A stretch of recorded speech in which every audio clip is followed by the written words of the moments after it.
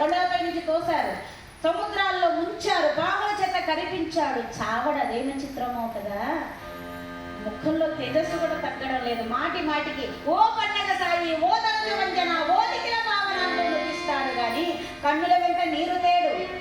కన్న తండ్రి వయ్యింది, నువ్వు నన్ను ఈ విధంగా బాధ పెడుతున్నావు అని చెప్పి తండ్రిని దూషించడు, తల్లిని చేరడు. చివరికి తన చేతులారా తానే కాలకూట విషాన్ని కూడా ఇచ్చాడు.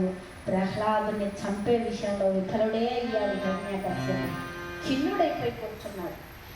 వార్ధులను ముంచాను, గదల చేత మోదించాను, ఏనుగుల చేత దొక్కించాను, పాముల చేత కల్పించాను, చివరికి నా చేతులారా నేనే కాలకూట విషాన్ని కూడా ఇచ్చాను. చావని దేవి చెప్పి వీడి కారణంగానే నాకు మరణం వస్తుందా అని ఎప్పుడైతే ఖిన్నుడైపోయి కూర్చున్నాడో వాళ్ళు వచ్చారు. ప్రభు, మీరు బాధపడద్దండి, ఎంతైనా మీలాంటి గొప్ప రాక్షసుడికి కొడుకు, మీ లక్షణాలు లేకుండా ఉంటాయా?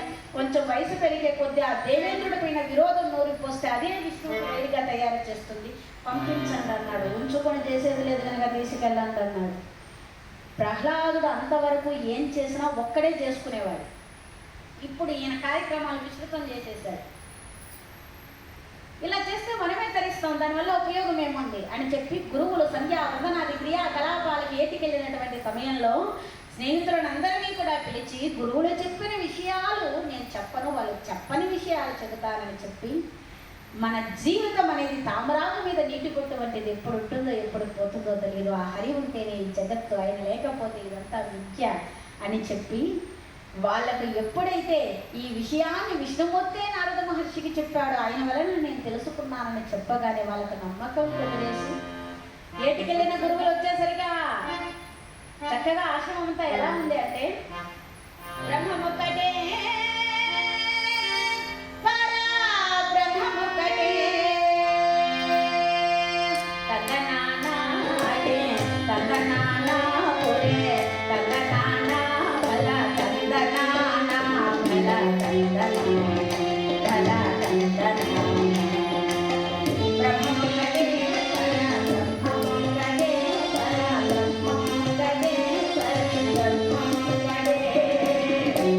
తగ్గనానా తగ్గనానా ఒరే తగ్గనానా బల